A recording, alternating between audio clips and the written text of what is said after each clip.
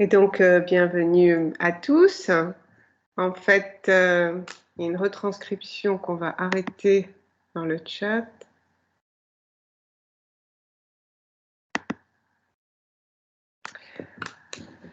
Voilà, bienvenue à tous. Normalement, 120 personnes sont inscrites. J'espère que beaucoup de personnes se connecteront pour pouvoir participer, notamment au vote qui aura lieu en fin de réunion.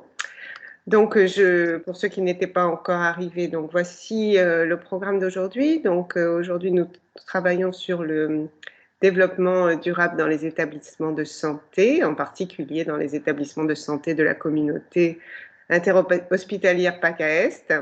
Donc, Madame Winkler va nous présenter, Madame Winkler du CD2S, donc le comité pour le développement durable en santé, va nous présenter les différents axes et les priorités actuelles, les initiatives en France qui sont marquantes, etc. Donc en 20 minutes. Le docteur Pessot, qui a écrit un article intéressant, très intéressant sur le développement durable, donc se présentera en quelques minutes ces réflexions. Puis à partir de 17h30, nous donnerons la parole à nos représentants d'établissements qui présentent un projet. Et donc 14 projets seront présentés pendant 3 minutes chacun. À l'issue de ces présentations, nous aurons un vote du public qui déterminera le deuxième prix. Et ensuite, le jury se réunira pour déterminer le prix du jury qui sera le premier prix. Voilà. Et les deux prix ne seront pas attribués au même établissement. Donc voilà, on peut démarrer si vous voulez. Madame Winkler, on vous donne la parole. Merci beaucoup, je partage mon écran. Donc on peut éteindre nos micros. S'il vous plaît. Est-ce que mon écran est bien partagé? Est-ce que mon écran est bien partagé? On voit bien votre écran, oui. Et ça bouge?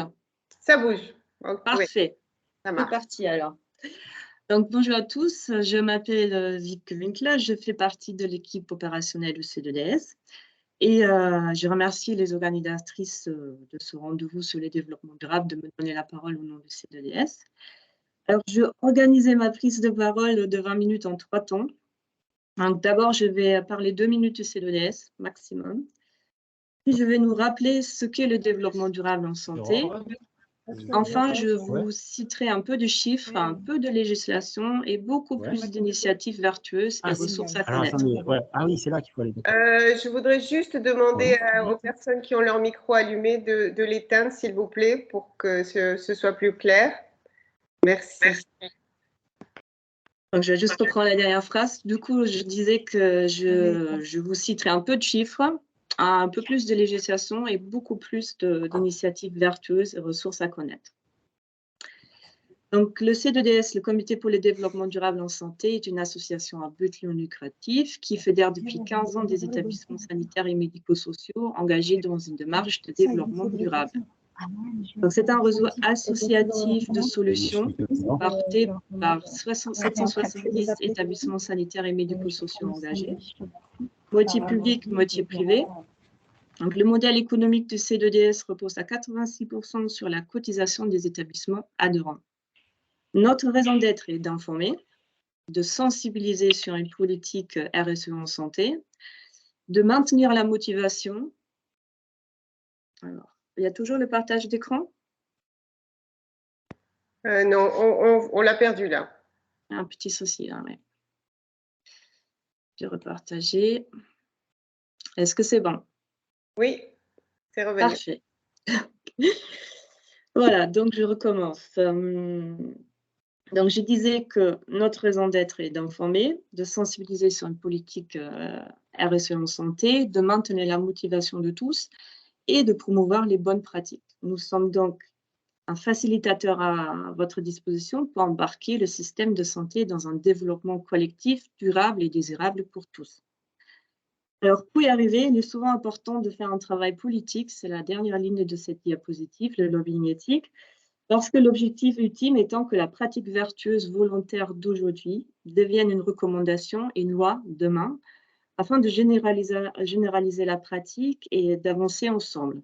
Le CEDS et son équipe souhaitent aider les établissements sanitaires et médico-sociaux dans cette démarche, être facilitateurs de ce changement résolument tourné vers l'avenir. Alors, le développement durable en santé, ou le développement durable en soi, devient peu à peu une composante essentielle de la stratégie des entreprises et le monde de la santé n'y échappe pas. Je nous rappelle les 3 piliers du développement durable. Donc, il y a l'environnement, il y a le social et sociétal, et puis il y a l'économique. Alors, qu'est-ce que ça veut dire concrètement? Donc, je vais utiliser l'achat d'un objet en coton équitable pour illustrer une démarche durable. Donc, le coton issu de l'agriculture biologique réduit la pollution environnementale et protège beaucoup mieux la santé des travailleurs.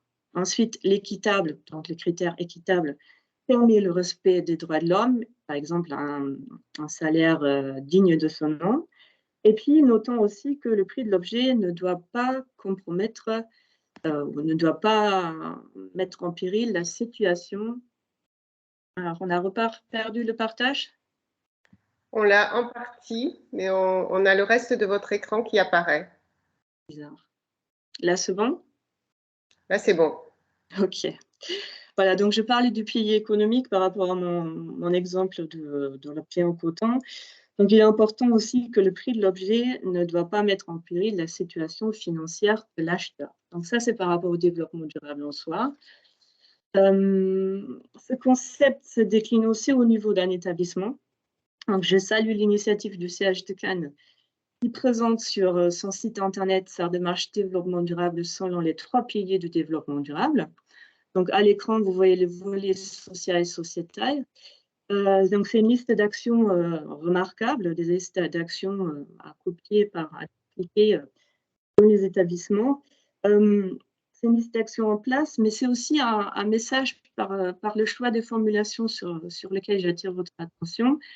Parce qu'au-delà d'être une liste, c'est vraiment aussi dans la formulation que les développements durables se jouent. Parce qu'on peut y lire, par exemple, prendre soin de nos patients et de nous. Atelier en santé et environnement pour nos patients et pour nous. Séance d'ostéopathie gratuite pour nos professionnels. Donc, le développement durable en santé y compris, c'est aussi communiquer de façon proactive et transparente et à destination de toutes les parties prenantes de l'établissement. Alors, pour ceux qui souhaitent y revenir, c'est la rubrique Hôpital citoyen, facilement accessible sur le site internet de ce CH. Voilà. Donc, la publication du CH de Cannes permet déjà de comprendre que le développement durable en santé concerne de nombreux domaines. Vous voyez à peu près une vingtaine d'entrées sur l'écran. Donc, je vous propose maintenant de dédier 2 minutes à une liste plus complète de ce que c'est le développement durable en santé. Voilà. Donc, juste une remarque préalable. Donc, il n'y a pas de niveau d'hiérarchie dans ce visuel. Les initiatives, bien entendu, ont le même niveau d'importance. Donc, je vais commencer en haut à gauche. Donc, améliorer la qualité de l'air intérieur. Qu'est-ce que ça veut dire? C'est tout simplement d'éviter de polluer l'air intérieur et puis de travailler, comment dire, l'air se lave avec l'air. Donc, un travail à mettre en place grâce à une ventilation correcte ou à l'aération. Agir. On a perdu le. Ouais, en fait, je vois l'écran Voilà, apparaître du coup. Voilà, donc agir en faveur du bien-être au travail, c'est un point très, très important au sein d'une démarche développement durable de prendre au mieux soin de ses collaborateurs. Agir en faveur de la biodiversité, il s'agit tout simplement, pas tout simplement, mais il s'agit de comprendre, de prendre conscience des liens étroits entre la santé humaine, celle des animaux et l'état écologique global de la planète. Enfin, grand sujet, c'est acheter moins, acheter mieux. Donc, par exemple, mieux coordonner les commandes, acheter des produits moins impactants. Construire, alors il faut construire en prenant en compte les enjeux sanitaires et environnementaux. Ensuite, réduire les consommations énergétiques, utiliser des énergies renouvelables. Donc, travailler sur la sobriété énergétique, remplacer les sources d'énergie chargées en émissions de gaz à effet de serre par des sources pour des énergies moins émissives. Voilà. Protéger la ressource en eau, ça veut dire utiliser moins d'eau, polluer moins l'eau. C'est un lien étroit d'ailleurs avec un autre sujet que je vais aborder. Proposer une restauration saine et durable. Jusqu'un simple chiffre pour prendre conscience de l'importance, la production alimentaire est responsable de 28% des émissions mondiales de gaz à effet de serre. C'est donc un domaine d'action très important, y compris pour les établissements sanitaires. Les déchets. Alors, la réglementation est en train d'amener la France et ses acteurs économiques comme vous vers la société du recyclage. Vos obligations en matière de tri pour valorisation sont de plus en plus nombreuses. L'hygiène, donc c'est aussi un sujet en lien direct parce qu'il y a des interconnexions, bien entendu, entre les différents sujets. L'hygiène, c'est par exemple commencer par la réduction de l'utilisation des biocides, réduire les... Alors, on a encore perdu.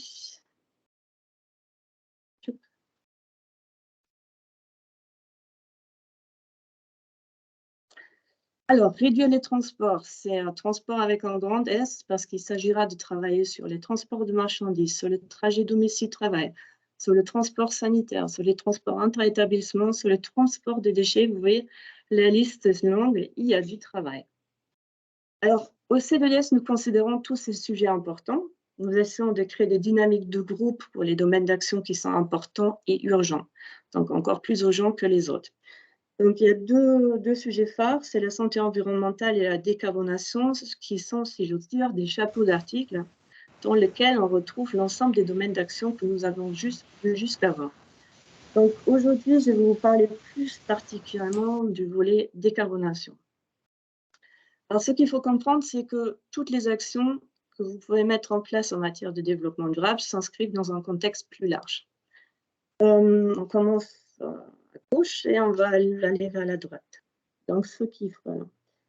La communauté planétaire souhaite limiter le réchauffement à 1,5 degré Celsius. Pour y parvenir, l'Union européenne prend des engagements. La France prend également des engagements auprès de l'Union européenne parce qu'elle en fait partie, et également auprès de la communauté internationale puisque la France a signé l'accord de Paris. La France va ensuite s'adresser à ses citoyens et à ses acteurs économiques, comme les établissements sanitaires et médico-sociaux, et mettre en place un certain nombre d'obligations nécessaires à une dynamique de groupe. Donc, ce sont les lois que vous voyez au milieu, tout en bas. Elles vous concernent non pas parce que vous êtes un établissement sanitaire, mais parce que vous êtes des acteurs économiques avec un certain nombre de salariés et parce que vous exercez dans des bâtiments avec une certaine surface. Donc, ce qui vous concerne directement, et c'est ça que j'ai mis en couleur jaune, ce sont par exemple les critères de développement durable de la certification HAS. Alors, ceux qui ont lu la page relative dans le manuel de certification, ils ont dû se rendre compte que toutes les lois qui sont citées en bas au milieu, vous les retrouvez également comme référence dans le manuel de la certification. Et puis, il y a également la mesure 14 du Ségur de la santé. Donc là, c'était un petit peu en théorie. Qu'est-ce que ça veut dire en pratique? On va commencer par les transports, donc par où les collectifs se déplacer autrement. J'attire votre attention sur les chiffres. Donc les transports avec un grand S représentent à l'échelle de la France 31% des émissions de gaz à effet de serre. À l'échelle d'un établissement, donc là c'est issu d'un bilan carbone, donc un bilan d'émissions de gaz à effet de serre complet d'un établissement type MCO, les transports représentent 21% des émissions de gaz à effet de serre. Donc, c'est un sujet important. Il y a une loi qui est en lien avec cette thématique, c'est la loi dite LOM de 2019 qui oblige les entreprises de certains territoires de soit trouver un accord sur la mobilité domicile-travail dans le cadre de la négociation annuelle obligatoire, soit de mettre en place un plan de mobilité employeur, et cela à partir de 50 salariés sur un même site. Donc, plusieurs de nos adhérents n'ont pas attendu une telle obligation, souvent en raison de soucis de place de parking. Donc, je souhaite citer le CH de Valenciennes qui a vraiment un plan de mobilité en place depuis plusieurs années, un plan de mobilité employeur digne de ce nom. Ils ont un partenariat avec la collectivité, c'est très important de travailler en lien avec la collectivité. Ils ont un référent SNCF, ils donnent une prime de 150 € pour l'achat d'un vélo ou d'une trottinette. Ils ont 24 postes de recharge pour les voitures électriques et 10 places de parking réservées aux covoitureurs. Un autre exemple, et là vous avez un petit visuel, c'est le Centre de lutte contre le cancer Jean Perrin qui fait partie d'un plan de mobilité dit de zone. Donc dans la même zone se situent le CHU et l'université. Ce qui est très intéressant dans leur démarche, c'est vraiment les liens entre environnement et santé, parce qu'ils mettent en avant les bénéfices pour la santé de la mobilité active. Donc, ils ont fait des kits très sympathiques en fonction du mode de déplacement, notamment quand on se déplace à pied ou à vélo. Pour insister sur ce volet, vous voyez le kit vélo sur l'écran. Ensuite, un autre sujet très important, c'est l'énergie. L'énergie de changer, une transition en marche. Au niveau de la France, alors là c'est pour la transformation d'énergie, au niveau d'un établissement, à peu près 10% des émissions de gaz à effet de serre sont liées à ce poste d'énergie. Donc il y a plusieurs lois à citer. Il y a par exemple la loi Elan qui oblige les établissements de déclarer des consommations énergétiques et de les réduire. Donc c'est vraiment l'année cruciale par rapport à la loi Elan cette année. Il y a aussi la loi climat et résilience qui nous amène à plus de résilience grâce aux énergies renouvelables. Donc l'avenir sera électrique et renouvelable, déclaré en effet l'Agence internationale de l'énergie au cours de l'été 2021. Seulement, l'énergie renouvelable, c'est une source d'énergie décentralisée. Et la France fait à nouveau appel aux citoyens, aux acteurs économiques pour y parvenir, c'est-à-dire pour parvenir à atteindre les objectifs qu'elle s'est fixés. Donc, voilà, on est vraiment en transition et l'extérieur des bâtiments va être amené à changer dans un avenir plus ou moins proche. Donc, certains ont pris de l'avance sur une base volontaire. Là, vous voyez à l'écran la Pauline King Saint-Brieuc aux portes de Béziers. Sa centrale solaire en autoconsommation couvre 260 places de parking et couvre 50% des besoins en électricité sur la période estivale. Autre sujet très important, acheter durable, valoriser pour moins jeter. Donc, vous voyez, c'est un sujet avec des chiffres assez hybrides. Parce que finalement, beaucoup de postes sont concernés par l'achat, l'agriculture, l'industrie, parce qu'il y a les produits qu'on achète. Et également, tout ce qui entre doit aussi sortir. Donc, il faut toujours approcher les achats des déchets. Il faut intégrer la question des déchets dès l'achat. Et à un niveau de la France et à un niveau d'un établissement, ça tourne autour des 50% d'émissions de gaz à effet de serre. Donc, les achats et les déchets sont un sujet composé, si j'ose dire, qui est vraiment très, très important pour une démarche de développement durable. Je souhaite vous parler plus particulièrement de l'achat en lien avec tout ce qui concerne la restauration collective, parce que là aussi, c'est une année cruciale cette année, 2022. Donc, les dispositions de la loi Egalim bis qui ont été peaufinées par la loi AGEC et la loi Climat et Résilience amènent la restauration collective, notamment à, et maintenant je vais lister, faire un diagnostic de gaspillage. Ça amène également dans les surplus de production à l'utilisation des repas et à l'achat de produits alimentaires de qualité et durable. Alors, ce qu'il faut retenir en la matière, c'est que 65% des émissions de gaz à effet de serre d'un produit alimentaire sont produits jusqu'à leur sortie. Et c'est le cahier de charge lié à la production, par exemple AB, AOP, AOC, qui permet de baisser les émissions de gaz à effet de serre en comparaison avec des produits issus de l'agriculture dite conventionnelle. Alors, dans ce contexte, je souhaite vous signaler 3 ressources. La première, c'est la ressource, c'est un outil développé par des professionnels de santé pour les professionnels de santé.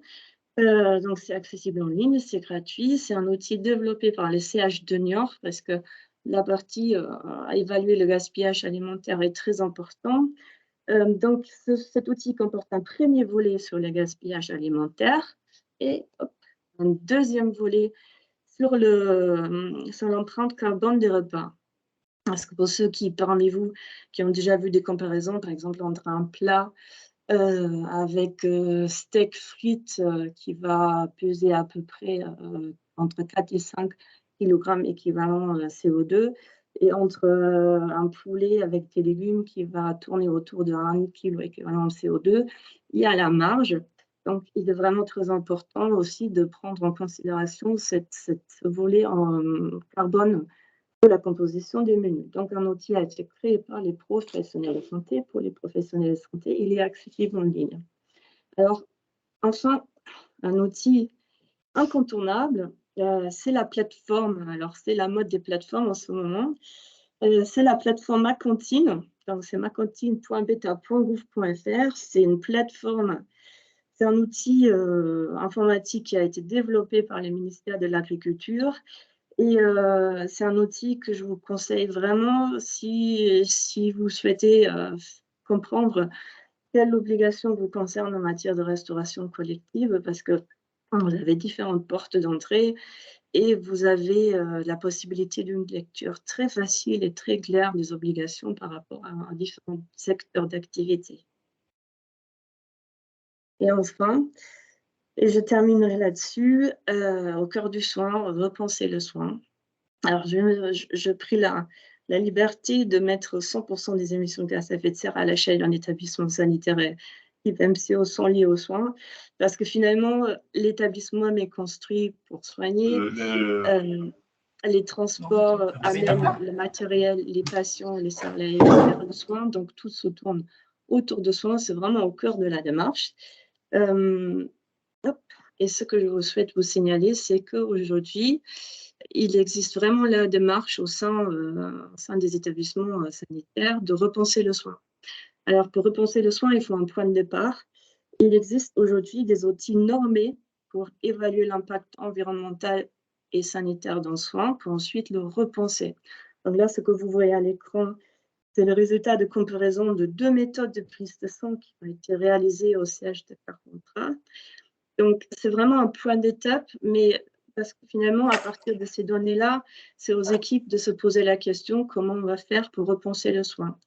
Donc, ces outils-là existent aujourd'hui. Il y a différents soins qui sont passés au crible pour ensuite améliorer le bilan environnemental et sanitaire. Et enfin, et je terminerai là-dessus, ceux qui souhaitent approfondir la lecture, nous avons sur notre site internet un guide qui est en téléchargement libre sur le climat. Pourquoi la caméra sera baissée? Alors, merci beaucoup, Madame Winkler. On voit qu'effectivement, c'est vraiment une perspective participative. Certains micros sont allumés et j'aime vraiment l'écoute. Est-ce que vous pouvez, s'il vous plaît, éteindre vos micros? Merci beaucoup, merci. Donc, vous avez cité des établissements qui sont très engagés et qui participent énormément à la démarche collective. Alors, effectivement, à Cannes, nous avons un établissement qui est très précurseur et qui va présenter un certain nombre de projets, qui a déjà gagné un prix dont il va nous parler. On apprend aussi aujourd'hui que Menton a reçu le label THQSE. Et donc, voilà, on est là, nous aussi, pour essayer de prendre des idées chez les uns et chez les autres. Et c'est pour ça aussi que ce soir, cette soirée est particulièrement participative encore davantage. Merci beaucoup. Je ne sais pas si vous avez des questions. Donc, la première demande que je vois dans le chat, c'est effectivement... certaines aimeraient avoir votre diaporama, mais je pense que nous l'avons reçu et il sera sur le site de la CIP. Ensuite, est-ce qu'il y a une question? On pourra prendre une question si vous voulez. Et sinon, on va passer directement à la présentation du docteur Pessot. Alors, une question. Justement, ça me permet de préciser, je vois que c'est Aurélie Calzia qui pose une question. Il y a certaines personnes qui n'ont pas pu répondre au challenge parce qu'ils ne faisaient pas encore partie d'un projet, ils ne participaient pas encore officiellement à un projet, mais ils ont des idées d'une part et l'envie de participer. Donc, ils vont indiquer dans le chat leur disponibilité finalement, et si jamais certaines équipes veulent les recontacter, pour les faire participer à un projet et prendre en compte leurs idées. Voilà, donc c'est l'occasion ou jamais, Madame Calzia et d'autres personnes qui m'ont sollicité pour indiquer dans le chat vos idées. Donc la question qu'on va prendre, c'est quelle est la durée de vie des panneaux solaires? Aucune idée. Je ne saurais pas vous dire. Alors moi j'ai entendu dire que ça pouvait être garanti pour les panneaux photovoltaïques environ 25 ans, mais bon, sous réserve. Je ne sais pas. Je vais me renseigner. Ok, ok. Donc est-ce que le... Moi, j'ai une question. Oui. Ah, vas-y, c'est bien, oui.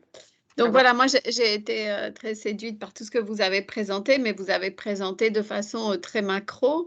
Et donc, est-ce qu'il y a des documents ou est-ce qu'il y a des grilles d'évaluation quand on veut connaître l'empreinte carbone au sein d'un établissement de certains actes, du transport des patients?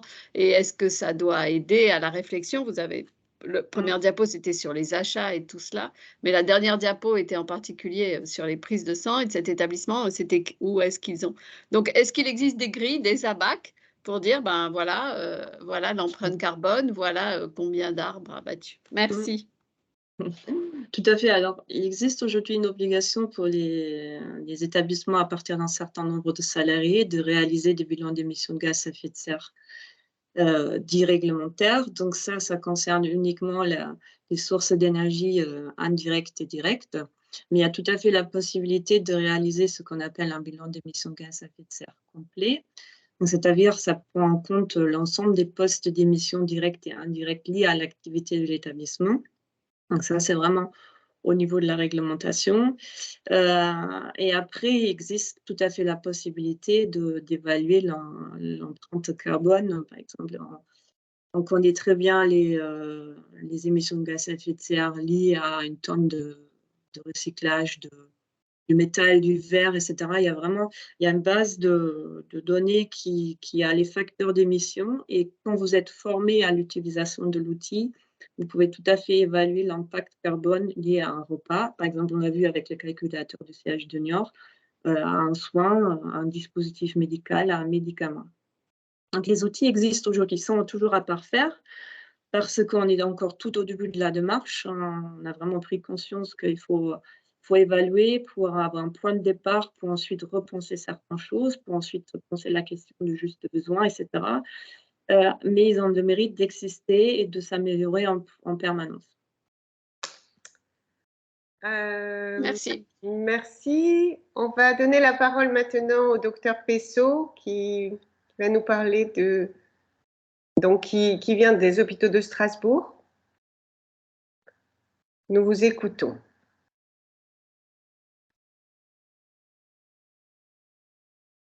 Bonjour, j'étais juste en train de voir si j'arrivais à partager mon écran. J'avais fait 2 diapos, mais ouvrir le bac de partage, mais il ne veut pas. Est-ce que Madame Winker, vous avez stoppé le partage? Oui, tout à fait. OK. Aux membres du jury, vous avez reçu un mail pour la réunion du jury de tout à l'heure. Ça marche, merci. Vous avez reçu ça dans vos boîtes mail. Monsieur Pessot, vous êtes chirurgien à Strasbourg, n'est-ce pas? Et très impliqué dans le développement durable. Alors attendez juste 2 secondes, j'essaie juste une chose, sinon je vous la fais sans. Je vous le fais sans.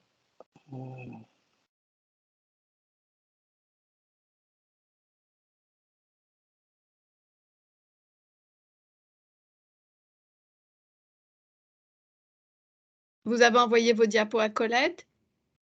Dès qu'on essaye. Non, moi je les ai pas reçus. OK.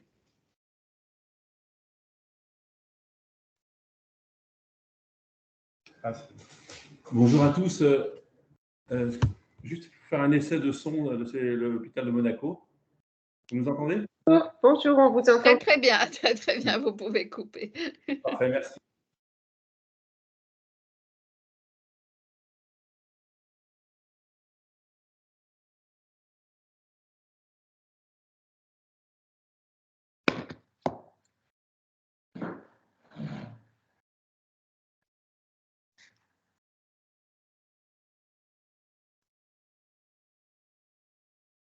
Juste en partageant votre écran, même sans charger le document, vous n'y arrivez pas?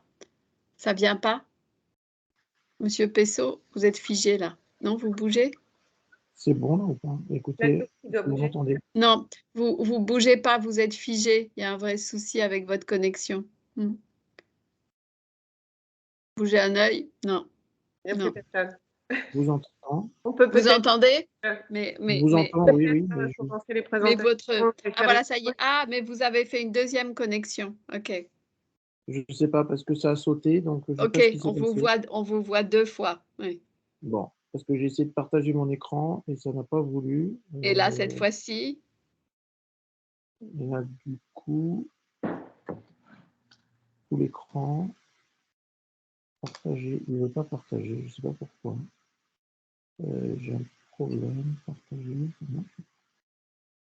On a un petit problème. Je ne vais pas perdre de temps. Oui, juste, voilà. Alors, allez-y. Vous pouvez le faire sur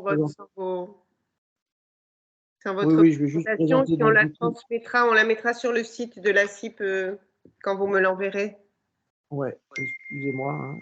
J'avais juste 2 diapos très simples qui étaient la première de présenter en fait CERES, qui est Collectif d'éco-responsabilité en santé. C'est une association type loi 1901 qui regroupe en fait différentes sociétés savantes.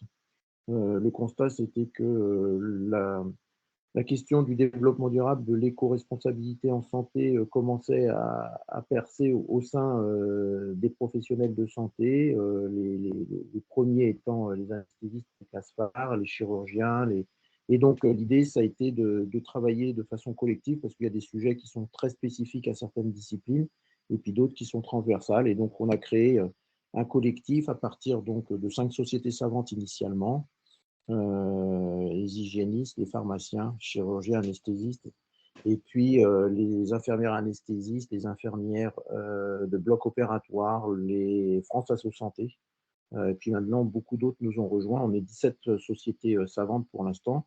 L'objectif est d'informer et de faire de l'information et de la formation au sein des professionnels de santé sur l'éco-responsabilité, d'établir des recommandations d'éco-soins. Et la vision que l'on a, c'est un petit peu ce qui a été dit tout à l'heure, c'est que sur un socle qui est d'une part réglementaire, les données de santé, la santé est quand même contraint à certaines réglementations, donc sur un socle à la fois réglementaire et déontologique et d'éthique, c'est-à-dire qu'en premier primera toujours le soin du patient, et bien travailler sur la durabilité de notre système de santé qui a 3 piliers.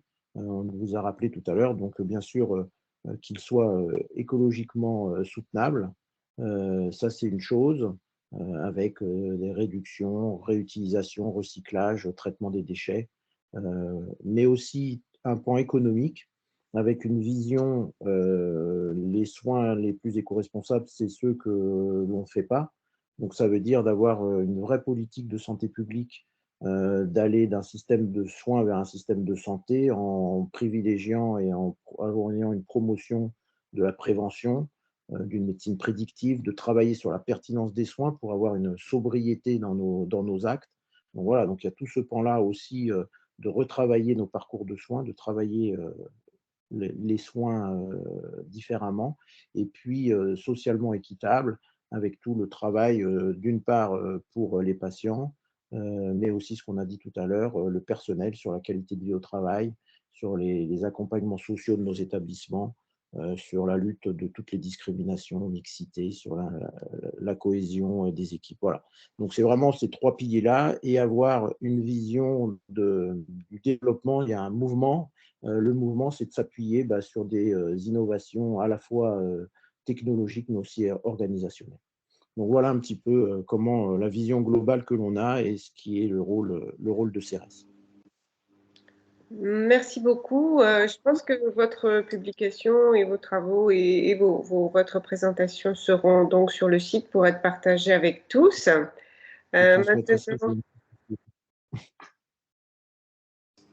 Maintenant, on avait été attiré Colette, on avait été attirés parce que c'était le titre de votre est très pas provocateur, mais très accrocheur. C'était pas de management hospitalier sans développement durable dorénavant. Et donc voilà, donc c'est à la fois interpellant, mais évident d'après ce qu'on vient d'entendre de Madame Winkler sur les obligations des établissements. Mais il y a toute cette partie sociale, toute cette partie responsabilité sociale, en plus de l'environnement, sur laquelle vous avez insisté là. Donc, merci et j'espère qu'on pourra continuer à vous écouter. Non, mais je pense Merci que c'est beaucoup. en effet devenu une évidence qu'il faut réfléchir autrement nos organisations de soins. Donc, nous allons à présent démarrer le challenge, la présentation des projets. Donc, vous avez sans doute reçu les critères qui permettent de se repérer un petit peu pour estimer un projet. Donc, ça, c'est pour le public. Je les rappellerai à la fin. Donc, effectivement, on va assister d'abord à 14 présentations. Je serai un peu obligée de vous interrompre au bout de 3 minutes pour que tout le monde ait droit au même temps de présentation. Donc, on va démarrer avec le premier projet qui est celui du CHU de Nice, test-trice, mise en place de meubles de tri des déchets de la maison. Et donc, c'est Monsieur Florent Bachelin qui va présenter, qui remplace Madame Trombetta. Oui, bonjour à tous. Donc, Florent Bachelin, je suis référent pilotage DD au CHU de Nice et je remplace donc Madame Stéphanie Trombetta pour présenter le projet de Tetri qui consiste à la mise en place de meubles de tri pour faciliter l'accès au tri des déchets au profit d'associations et en partenariat avec des éco-organismes certifiés. Et je lance tout de suite le petit film de présentation.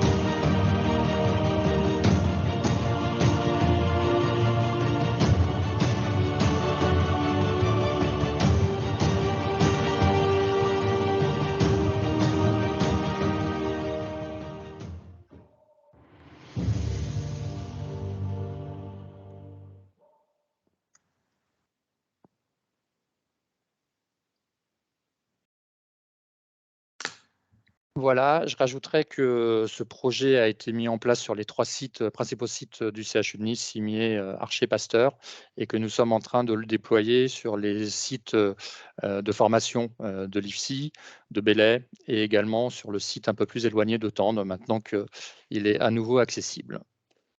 Merci de votre écoute. Merci beaucoup. Merci. Donc, pas de questions ni de commentaires pour l'instant. On verra à la fin si on a le temps de discuter un petit peu des différents projets. Donc, le deuxième projet, c'est Gratiferia, encore le CHU de Nice, le groupe promotion de la santé, qui va présenter Gratiferia, un marché gratuit de vêtements d'enfants. Bonjour. Bonjour. Oui, bonjour. Vous m'entendez? Très bien. Est-ce que vous voyez mon partage d'écran? Oui, on voit très bien. Ouais. Donc, je suis Stéphanie Saulnier, je suis cadre administrative au département de santé publique et depuis environ 6 ans, je m'occupe de la gestion d'un groupe qui s'appelle le groupe Promotion de la Santé. Donc, dans un premier temps, je vais vous présenter ce groupe et ensuite, je détaillerai une action qui s'appelle donc l'action de Gratiféria. Le groupe Promotion de la Santé, c'est quoi? C'est un regroupement d'agents qui s'est constitué depuis 2015 suite à l'ouverture de l'hôpital Pasteur II. Et ensemble, en fait, nous réunissons pour chercher des idées pour améliorer le quotidien. Sans budget et juste avec des idées qui partent de la base. Donc, ce sont des actions qui sont réalisées par les agents pour les agents. Parmi les actions que nous avons réalisées depuis 6 ans, nous avons fait des visites interservices, des conférences qui sont animées par des personnels hospitaliers. Nous avons mis en place des activités physiques dans les services, des ciné-débats. Il y a eu un orchestre, des créations de boîtes à livres, des repas végétariens qui sont proposés au self, la création de jardins potagers et les actions de Gratiféria qui font l'objet de la présentation d'aujourd'hui. Donc, les Gratiféria, c'est quoi? En fait, ce sont des vides-greniers gratuits. Donc, le principe, c'est que les agents de l'hôpital puissent déposer sur un créneau horaire le matin le linge enfant. Donc, la thématique que nous avons mis en place, c'était la thématique des vêtements enfants. Donc, dans un premier temps, le personnel nous déposait des sacs de linge que nous avons organisés, comme vous pouvez le voir sur la photo de droite. Donc, nous les avons classés par classe d'âge. Et dans un deuxième temps, d'autres personnels ou les mêmes pouvaient venir se servir, choisir ce qu'ils voulaient et repartir avec des sacs de linge pour refaire le stock de vêtements pour leurs enfants. Donc, depuis 2020, nous avons mis en place 5 Gratiféria qui ont été proposés sur chacun des 3 sites du CHU. Et au total, une centaine d'agents ont pu participer à cette action, soit en donnant, soit en récupérant, soit en faisant les deux. Donc là, ces actions ont tellement bien marché que nous en avons programmé à nouveau 3 pour les mois de mai et juin. Et nous en aurons également sur d'autres thématiques comme les articles de sport ou les jouets. Alors, quels sont les effets positifs de ces actions de Gratiféria? Dans un premier temps, c'est un bénéfice social, donc ça permet aux agents de sortir de leur service, de se rencontrer et de décloisonner un petit peu les services hospitaliers. Donc, puisque là, quand les gens viennent récupérer le linge sur les zones qui ont été dédiées, ils se rencontrent et nous avons remarqué qu'ils échangeaient, ils s'entraidaient et ça créait de belles rencontres. Le deuxième point social, c'est que nous avons récupéré des vêtements qui étaient de grande taille, même si nous avions précisé que c'était uniquement du linge enfant, nous avons récupéré du linge adulte. Donc ce linge a été donné à l'accueil des urgences pour participer au vestiaire pour les SDF. Et ensuite, tout le linge qui n'a pas été récupéré parce qu'il était en surplus, nous avons contacté le Secours populaire et nous l'avons fait suivre donc à cet organisme de charité. Donc, le deuxième point bénéfique de cette opération, c'est un aspect financier, évidemment, puisque les personnes qui viennent récupérer le linge, ça fait toujours ça en moins à acheter pour habiller leurs enfants. Donc, actuellement, c'est un point qui n'est pas négligeable. Et le troisième point, c'est le développement durable, parce que tout ce qui n'est pas, tout ce qui est remis en circulation n'est pas jeté, bénéficie à d'autres personnes. Donc, c'est du recyclage et du circuit court. Voilà, je vous remercie. Merci beaucoup, Stéphanie. Merci. Le projet suivant, merci, vous respectez votre temps de parole, c'est super. Le projet suivant est présenté par la Fondation Lanval, c'est le projet Bon Coin qui consiste à une seconde vie au matériel, donner une seconde vie au matériel et mobilier. Oui, bonjour, est-ce que vous me voyez?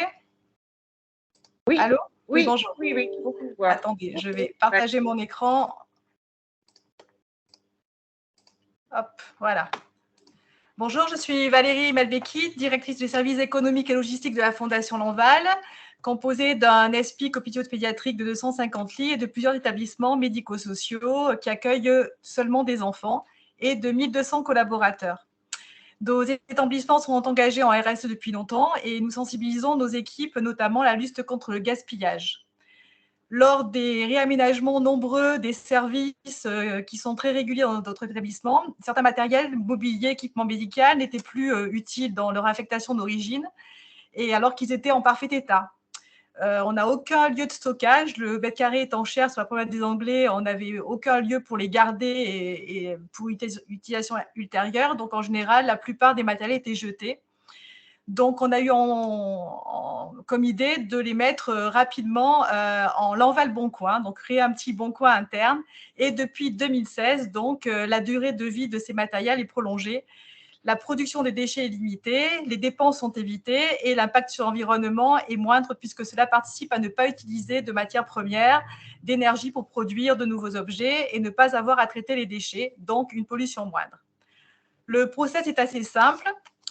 Quand un service a un matériel qui n'est plus utile mais qui est en bon état, il le signale au service économique en décrivant dimension, numéro d'inventaire, une petite photo aussi pour décrire le matériel. Et ce matériel est alors proposé aux autres services, soit par ciblage, parce que le service éco sait qu'il y a un besoin particulier ou qu'il y a une demande qui a été faite au budget pour ce type de matériel. Donc, il est proposé en priorité à ces services-là. Si ensuite, il n'y a pas de preneur sur ces services-là suite au mail qui a été envoyé, alors il est ouvert plus largement à tous les cadres de tous les services pour proposer le bien à une nouvelle utilisation. Il faut savoir que 95% des matériels proposés trouvent preneur dans l'heure qui suit la mise en ligne. Donc, c'est quand même un réel succès. Et ça permet aussi d'éviter d'acheter du matériel et de le réutiliser. Ce qu'il faut savoir, c'est qu'il y a quelques petits préalables quand même pour que cela fonctionne. C'est qu'il faut acheter au départ des matériels de bonne qualité qui sont facilement nettoyables, qui peuvent être facilement remis en service. Et il faut aussi que les gammes de produits soient assez suivies pour que justement on puisse réassortir d'un service sur l'autre ou bien réutiliser au niveau médical sans avoir à acheter de consommables différents d'un service à l'autre aussi. Donc, il est important au départ d'uniformiser le matériel, qu'il soit médical ou mobilier. Il faut aussi que le personnel veille à la bonne tenue du matériel et au respect de celui-ci, autant en interne que par les patients qui peuvent venir. Il y a à peu près 150 matériels qui trouvent preneur ainsi chaque année à la Fondation Lanval.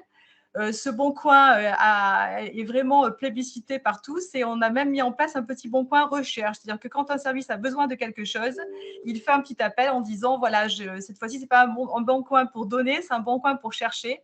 Et les autres services répondent en disant effectivement, ce matériel-là, on n'en a pas trop besoin, il peut vous être utile et il est aussitôt transféré par nos services techniques. Donc, on a un vrai engouement et une vraie mobilisation de tous nos personnels dans tout l'établissement et une petite contribution pour agir pour la planète. Voilà. Allô ? Merci beaucoup et merci de vos initiatives.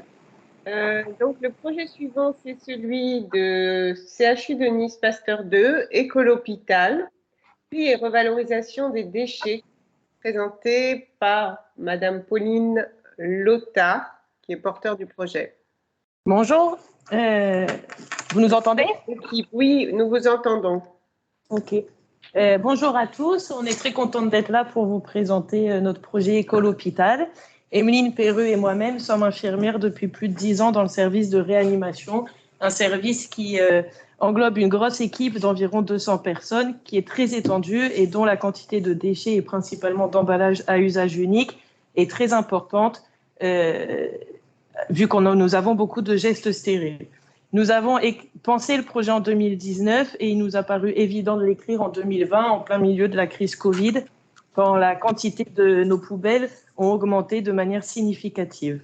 Nous avons profité de l'appel à manifestation d'intérêt de 2020 pour écrire Écol'Hôpital, un projet basé sur le tri sélectif et la revalorisation des déchets. Nous en avons été lauréates en 2021. Nous avons finalisé le projet avec le bloc opératoire de Pasteur 2. C'était important pour nous de les inclure dans cette démarche, même si la complexité du service met la mise en place plus difficile. Nous avons eu aussi la chance que notre projet sorte au moment du changement de prestataire de déchets. Les échanges avec M. Gobert, l'ingénieur hospitalier du pôle ressources matérielles de l'hôpital, nous a permis de discuter de nos problématiques et de nos envies sur la réalisation de ce projet. Nous avons du coup pu mettre en place la filière papier et la filière dispositif métallique qui existait déjà. Depuis cet été, nous avons pu récupérer 30 kg de métal et 80 kg d'inox. Quand on connaît le poids d'un set de suture ou d'une lame de laringo, on se rend compte rapidement de la quantité que cela représente. Et depuis novembre, nous avons enfin la filière emballage.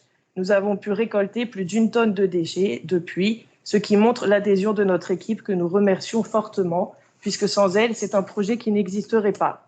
Dernièrement, les poubelles ont été désignées par Hélène Tesson, architecte d'intérieur qui seront réalisées par le service menuiserie.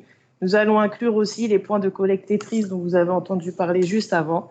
C'est important pour nous, à travers ce projet, de mettre en place les valeurs et de mettre en valeur les autres services du CHU et de faire participer tout le monde pour que nos poubelles soient plus belles. Il ne manque plus que la communication qui est en attente pour qu'elle soit définitive. On a appris de nos erreurs et on sait qu'il vaut mieux faire une communication définitive plutôt que de distiller des informations pour après les modifier. Cette communication sera faite sous forme d'affichage, d'une vidéo et d'une présentation en direct devant notre équipe entière pour pouvoir échanger, discuter de visu. Nous sommes aidés dans cette démarche de communication par Milena Granier, qui est chargée de mission du développement durable. C'est un projet de service, bien sûr, que nous avons écrit, nous, infirmières, sans être dans le métier. On espère qu'un jour, ça sera un projet d'établissement et que tout le monde pourra y participer. Merci à vous pour votre écoute. Merci beaucoup à notre équipe qui nous aide au quotidien à faire le tri. Et la planète nous dit merci. Merci beaucoup. Merci de cette présentation très claire. Et bonne chance à votre projet. Alors, on continue avec le tri des déchets sur le bloc d'endoscopie digestive du CHU de Nice. Oui, bonjour, vous m'entendez? C'est Mélissande qui va présenter. Voilà. Oui, j'excuse le professeur Van Birvit, là, du coup, il avait une présentation dans le cadre de Mars Bleu. Mars, nous, c'est un gros mois pour l'endoscopie digestive, alors on est un petit peu très sollicité. Alors, c'est vrai que notre projet il est un peu sensible à ce qui s'est passé en Réa. Alors, moi, je suis arrivée là cet été sur le bloc d'endoscopie digestive. On a discuté pas mal de projets avec le professeur et l'équipe paramédicale. Et en tout cas, un des projets qui a été phare, ça a été justement la mise en place du tri des déchets sur le bloc d'endoscopie digestive, forcément connu pour être un secteur d'interventionnel. On est des gros producteurs, en tout cas des gros consommateurs de matériel à usage unique, de matériel composé de plastique, d'emballage, de carton non alvéolé et autres. Donc, on a contacté en fin d'année, effectivement, monsieur Gobert Jordan, qui est le coordinateur de la gestion des déchets sur le CHU de Nice, pour pouvoir mettre en place un système de tri des déchets sur le bloc d'endoscopie. On a pu commencer le projet en novembre 2021, donc assez rapidement, grâce effectivement au changement de prestataire qui est aujourd'hui Veolia. Donc, on a mis en place des sacs transparents dans les salles d'endoscopie, dans les salles annexes aussi sur les couvillonnages et la laverie. J'ai envie de dire, l'essor, en tout cas l'implication des paramédicaux a été telle que même la partie anesthésiste, c'est-à-dire l'ESIAD, la salle de PrEP et la salle de réveil, a souhaité aussi suivre du coup le mouvement. Et c'est vrai que depuis, l'ensemble, en tout cas, des professionnels, que ce sont médicaux ou paramédicaux, aujourd'hui suivent le mouvement et il y a une vraie implication de chacun, ce qui fait que ça a considérablement, en tout cas, changé le volume aussi des sacs poubelles noirs que sont les sacs d'ordures ménagères au profit aujourd'hui de ces sacs transparents. Donc on a pu aussi un petit peu repenser aussi la configuration au sein des salles et la mise un peu plus de côté du sac jaune dans un container fixe. Donc on est très satisfait. On espère justement que l'ampleur aussi grandira au sein du CHU dans une voie effectivement éco-responsable du tri des déchets qui, en tout cas, a une vraie réponse, a un vrai écho au niveau de l'ensemble des professionnels de santé. Donc, voilà. Ok, merci beaucoup de votre présentation. On va passer la parole au projet suivant qui est celui du centre hospitalier de Draguignan. Il va nous parler de récupération et recyclage de papier crêpe issu de l'emballage de l'instrumentation. avec Madame Ferrando, je crois, qui va présenter. Si elle est là. Si personne n'est là du CH de Draguignan, on verra un petit peu plus tard. On va passer… Ah non, excusez-moi. Il y a la diapo, Colette. Oui. C'est cette diapo, pardon, oui. d'accord. C'est Madame Déseré. Oui. Bonjour. Bonjour. Bonjour, avec notre équipe de développement durable, nous allons vous présenter la survalorisation du papier crêpe. Je m'appelle Caroline Ferrando, je suis infirmière de bloc opératoire au centre hospitalier de Draguignan dans le Var depuis 1990. Je viens d'obtenir mon diplôme universitaire de management développement durable en santé pour devenir référente sur l'hôpital. Depuis février 2021, je fais partie du quatuor développement durable de l'hôpital, dont l'ambassadeur est le messager pour l'ensemble du personnel et Poulpi, que vous voyez sur le slide ici présent. Le travail que je vais vous présenter cible le bloc opératoire. En effet, nous utilisons du papier crêpe pour emballer l'instrumentation. Ce papier, jusqu'à présent, était jeté dans les déchets d'activité de soins qui sont actuellement sur le Var enfouis. Il est constitué de fibres synthétiques non tissées, en 100% polypropylène non recyclable. Pour vous donner une image de notre consommation, cela représente une surface de 5 stades de foot, soit 1,42 tonnes chaque année. Depuis septembre 2021, nous avons organisé la survalorisation de ce papier ou upcycling. Une mobilisation humaine sur 3 pôles différents s'est mise en place. Le papier est récupéré au bloc opératoire, le pôle interventionnel. Il est stocké dans le local des archives, le pôle administratif avec Béatrice de mon côté, et il est externalisé de l'hôpital par la secrétaire du laboratoire, Chantal, qui est derrière moi, soit le pôle médico-technique. Une communication pour le don de ce papier a été faite sur l'hôpital via Poulpi et elle est prévue sur la région de Dracénie pour élargir les champs d'action. Ce travail est le cœur de cible du développement durable car il impacte sur ces 3 piliers, le social, l'économique et l'écologique. Ce papier crêpe a de multiples atouts. Il est doux et chaud au toucher, il est imperméable, il est très résistant et il supporte le lavage à 60 degrés. Il peut être utilisé dans le domaine de l'art, en couture pour fabriquer des bobs, des déguisements, des tote bags, des sacs de rangement, des paniers. Il peut servir de protection pour les animaux, dans la voiture ou à la maison. Il peut servir en randonnée pour le pique-nique, de pistes de décollage de drones pour les déménagements et les emballages cadeaux. Il a servi même de joint d'étanchéité pour une salle de bain, sans compter toutes les idées qui peuvent venir. Il a déjà été donné à des céramistes, des entreprises de déménagement, des recycleries, des garagistes, des particuliers, des commerçants, des associations, des cours d'art plastique, des congrégations religieuses pour des déguisements d'enfants. Nous avons aussi comme idée de contacter des chaînes de magasins de vêtements pour proposer comme matière première afin de fabriquer des sacs recyclés, voire des capes de pluie. En conclusion, en valorisant le papier crêpe, on crée de l'upcycling, on est moins polluant, on est moins énergivore, on est plus créatif et on est accessible à tous. Je vous remercie pour votre attention. Merci beaucoup, merci. On redécouvre toutes les vertus du papier crêpe. Très intéressant. On va passer maintenant à la présentation de CHPG Monaco, qui va nous présenter 2 projets. D'abord, l'espace fitness pour le personnel hospitalier. Pas bafouiller, parler haut et fort et ne pas… Alors, il y a des micros qui sont encore allumés, c'est peut-être… Partagez, là, vous avez mis le… Draguignan. Bonjour à vous. Bonjour. Donc, là, vous avez mis celui-là? Oui. Non, mais normalement, est-ce que vous voyez bien le diaporama ou pas? Oui, on le voit bien. Donc, c'est Mme Sophie Diaz qui va vous présenter le dossier sur les audits de Dastria. Ok, là, on est sur la dernière diapositive. Oui, voilà. Voilà.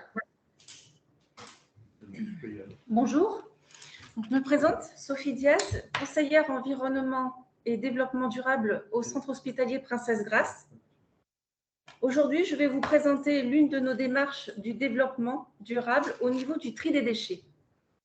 Il s'agit de la réalisation d'audits de DASRI dans tous les services de soins.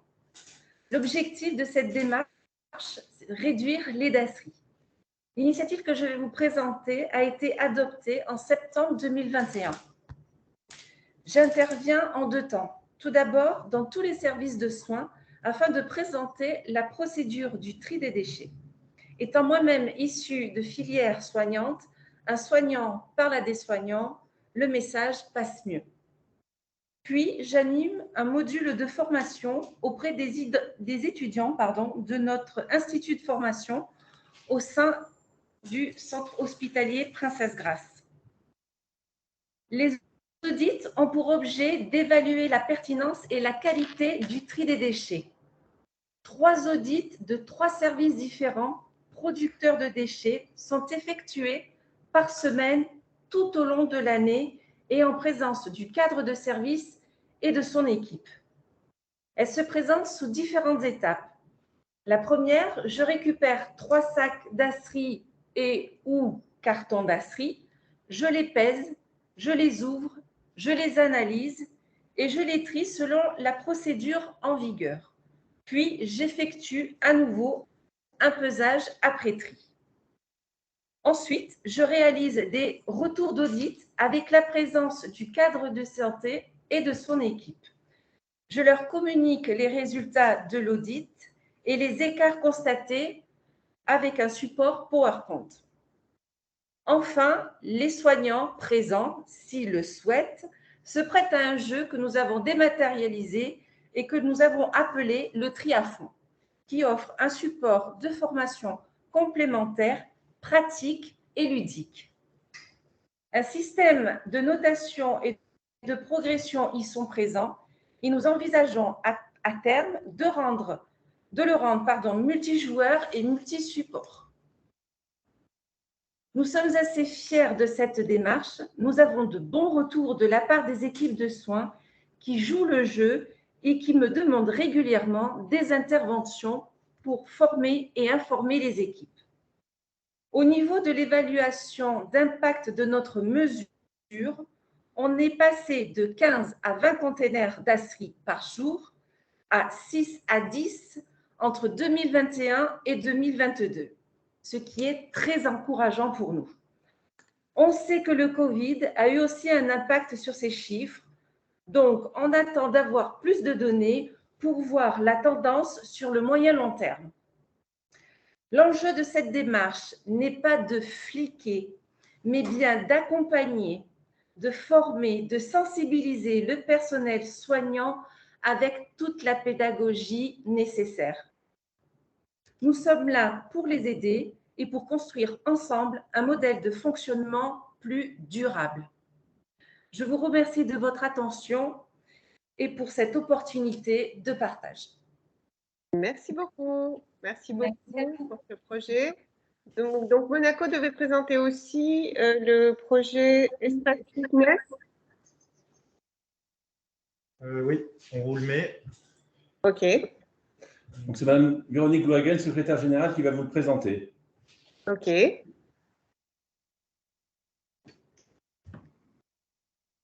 Bonjour, je suis effectivement porteur du projet de création d'un espace fitness sur le lieu de travail et je vais brièvement vous expliquer la raison pour laquelle nous avons été amenés à créer ce projet et la démarche que nous avons mise en place pour pouvoir parvenir à cette création de cet espace. L'espace fitness a été mis en service en septembre 2021 afin de permettre à l'ensemble du personnel médical et non médical de pratiquer une activité sportive gratuitement sur le lieu de travail. À travers la création de cet espace, notre objectif était de faciliter la pratique sportive auprès des agents qui sont soit déjà initiés, soit des débutants, soit tout simplement des personnes qui veulent se remettre de manière régulière à pratiquer du sport. On est parti du principe qu'en supprimant les coûts et le temps de trajet, on améliorait la possibilité pour les agents de suivre ces séances de sport et d'améliorer aussi leurs conditions de travail. Ce projet, en effet, fait partie complètement des actions que nous menons sur la qualité de vie et les conditions de travail, puisqu'il vise à satisfaire les besoins des professionnels pour une meilleure répartition de leur temps de vie personnel et professionnel, mais également pour préserver leur santé, lutter contre le stress, la sédentarité et favoriser des comportements plus actifs pour améliorer leur bien-être. On souhaite également, à travers ce projet, améliorer la cohésion d'équipe et la convivialité, d'autant plus en sortie de période Covid, où effectivement, ce retour à la convivialité est plus que nécessaire. À travers ce projet, on souhaite également maintenir une culture d'entreprise et un sentiment d'appartenance à l'établissement. Pour ce faire, on a aménagé une terrasse qui était disponible sur l'établissement, qui a une superficie de 155 mètres carrés, qu'on a laissée ouverte de 7h à 20h du lundi au dimanche pour permettre à chacun de pratiquer en fonction de ses horaires. Les horaires de pratique sont en dehors du temps de travail et les agents peuvent pratiquer de manière libre avec du matériel que nous avons mis à disposition, mais aussi de manière encadrée. Alors, l'originalité du projet, c'est effectivement sur ces activités encadrées, puisqu'on a fait un appel à volontariat en interne pour estimer dans notre population d'agents ceux qui avaient des compétences ou des appétences pour encadrer ou animer des séances auprès de leurs collègues. Donc, effectivement, ça nous a permis de nous rendre compte qu'on avait une petite dizaine d'agents qui ont ce type de compétences avec des diplômes à l'appui et qui aujourd'hui, donc depuis octobre dernier, ont mis en place des séances selon un calendrier qu'on aménage régulièrement en fonction de chacun. Pour compléter notre offre sportive, on a également fait appel à des prestataires externes. Pour l'instant, je ne peux pas vous en dire plus parce que c'est en cours. On a depuis peu travaillé avec une société pour mettre en place une application mobile qui permettra à chacun des agents intéressés de pouvoir réserver leurs séances directement via cette application. Au niveau des perspectives de développement de cet espace, puisque notre souhait, c'est dans le cadre de l'amélioration de la santé, de pouvoir augmenter le taux de pratique. On va organiser des challenges en interne, créer une team CHPG, que ce soit pour participer en interne ou en externe à différents événements. Et on va également promouvoir cet espace par l'intermédiaire de nos coachs ambassadeurs au sein des différents services. On réalisera avec l'équipe de médecine physique des supports vidéo sur des différents types de séances. Et enfin, on évaluera la satisfaction de nos utilisateurs via des questionnaires de satisfaction dans les prochains mois pour pouvoir avoir un feedback de tout ça. Voilà, je vous remercie de votre attention sur ce projet. Merci beaucoup. Merci beaucoup. Une terrasse sportive à Monaco, ça fait rêver. On va passer maintenant à la présentation de l'Institut Arnaud Zanck, qui va nous présenter la réorganisation de la distribution d'eau aux patients. Alors, bonjour. Est-ce que vous voyez mon écran? Oui, on le voit. Pour l'instant, on voit la liste des projets. On voit très bien. Voilà. Ok. Alors, donc, je m'appelle Chiara Fourne, je suis qualiticienne au sein de l'Institut Arnaud Zanck. C'est moi qui coordonne le groupe développement durable et je suis aussi en charge de la partie certification ISO 50001, donc gestion des énergies. Donc aujourd'hui, je vais vous présenter une des actions du groupe développement durable, donc qui est en projet. Il s'agit du remplacement des bouteilles en plastique qui sont données aux patients par des carafes réutilisables. Donc, ce qui a fait qu'on a voulu remplacer ces bouteilles en plastique par des carafes réutilisables, c'est déjà dans un premier temps la réglementation autour de l'usage unique et la hausse des prix au niveau du coût de traitement des déchets, du coût de l'énergie, etc. En interne, les dépenses qui sont engendrées par l'achat de bouteilles en plastique, donc petits et grands formats, sur tous nos services de l'Institut, ça représente 40 000 € en moyenne sur 2020 et 2021, sachant que 2020, on a eu, à cause de la crise Covid, moins d'hospitalisations. Donc, toutes ces bouteilles qui sont achetées, en fin de compte, c'est autant de déchets qui sont à recycler, à éliminer. Et du coup, c'est une problématique aussi de stockage puisqu'il faut prendre en compte l'élimination ensuite de ces déchets et le tri des emballages dans les services. Ce qui a donc conduit à notre réflexion de supprimer le déchet à la source. Donc, le périmètre de notre projet, ça va être de commencer dans un premier temps par un service pilote, donc il s'agit d'un service de médecine, puis ensuite de le déployer sur l'ensemble de l'établissement. Donc, ça va concerner les agents hôteliers qui délivrent les bouteilles aux patients. Donc, ça représente 16 services, donc des services d'hospitalisation, de dialyse et donc 271 lits. Au niveau donc de la mise en place de notre projet, le matériel dont on va avoir besoin, donc ça va être d'acheter des carafes d'eau. On doit déterminer le choix du matériau. Est-ce que c'est mieux d'acheter en fer? Est-ce que c'est mieux d'acheter en verre en fonction de la casse, mais en fonction de l'entretien, etc. La contenance pour que le patient puisse la porter, le stockage, le roulement aussi au niveau du nettoyage. Et enfin, on se posait la question aussi d'acheter des lave-vaisselle qui auront un cycle plus adapté, un cycle court, puisque à l'heure actuelle, on n'a pas cette mission-là de laver les carafes. Au niveau de la communication, donc on a commencé en décembre par la présentation au groupe de travail de cette action. On a rencontré le service en question afin d'accompagner le personnel et ce projet s'accompagne aussi par l'action d'offrir des gourdes aux professionnels puisque, en fait, dans notre établissement, souvent, le personnel utilise aussi les bouteilles en plastique. Donc, on voudrait accompagner voilà, cette transition, on va dire, en offrant ces gourdes. Au niveau de l'équipe projet, donc vraiment pour cette action-là, on va retrouver donc l'infirmière hygiéniste, le cadre hôtelier, donc référent de tous les agents hôteliers, le cadre du service pilote de médecine 2 qui servira de référent pour l'ensemble des cadres, le directeur des services techniques, le responsable économa, un des directeurs de la direction générale pour le leadership, on va dire, la directrice des soins et enfin le service qualité dont je fais partie. Au niveau de la motivation et de la sensibilité, au niveau de la motivation des professionnels, nous avons un référent par service qui est investi et qu'on a pu rencontrer. Qui fait partie du coup du groupe de travail pluridisciplinaire dont font partie aussi le personnel que je vous ai cité dans l'équipe projet. Au niveau du calendrier, donc on a prévu de commencer en avril l'achat du matériel, de réaliser les prélèvements au niveau des points d'eau et de réaliser la réunion de lancement avec le service pilote. Le lancement pour le service pilote commencera en mai et ensuite on se laisse l'été pour faire une phase de test avec les ajustements pour ensuite en septembre déployer sur les autres services. On commencera les ajustements à la suite et on commencera le bilan. Au niveau de l'évaluation, vous vous doutez bien que du coup, notre quantité de déchets produites va nettement diminuer par rapport à lorsqu'on utilisait des bouteilles plastiques. Voilà. Donc, je vous remercie de votre attention. Merci beaucoup. On va passer maintenant, on accélère un tout petit peu.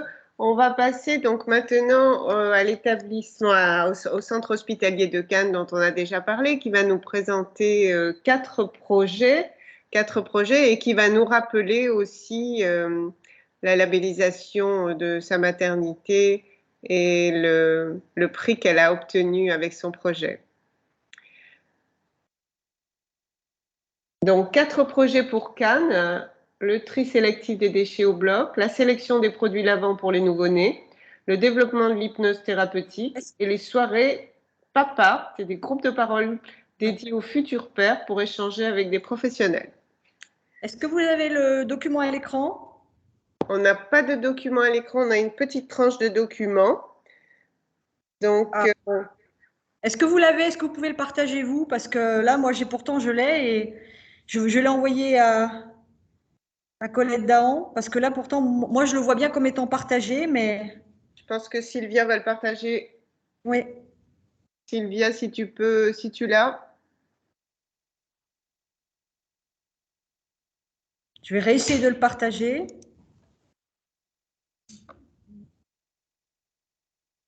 Vous pouvez commencer à présenter, hein, parce que 4 projets, il faut tenir, il faut qu'on ait voté. Allez. Commencez, je vais partager, je vais le rechercher dans les mails. OK. C'est un mail de tout à l'heure, là. Oui. Ah, OK, d'accord. Je te l'ai envoyé à 16h04, Sylvia. OK, parfait. Donc, je suis Dr. Bernd Kings, médecin anesthésiste. Donc, je vais vous présenter un focus sur notre expérience de tri sélectif des déchets au bloc opératoire de l'hôpital de Cannes.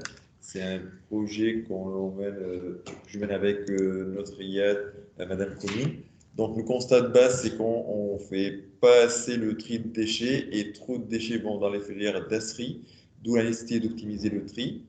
Donc, notre plan, c'est en 5 étapes. La première étape, c'était de faire le bilan de l'existant et la mobilisation du personnel. Ça a été fait dès avril 2019.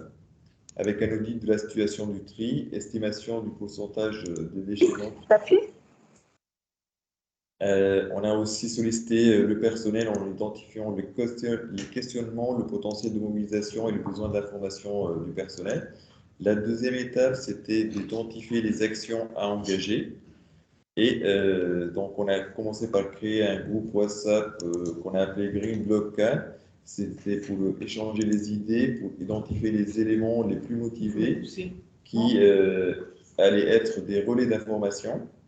Après, on a identifié les modalités de tri selon les déchets. On a identifié aussi l'emplacement des différents sacs au niveau de la salle d'opération essentiellement.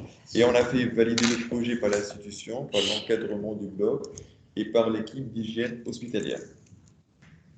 La troisième étape, c'était mettre en œuvre les actions en créant et en diffusant des affiches de tri sélectif au niveau des salles d'opération, des salles pré-anesthésie, salles de réveil, salles de détente, salles d'accueil, les vestiaires, et même au niveau des toilettes, en face pour les messieurs et derrière la porte pour les dames.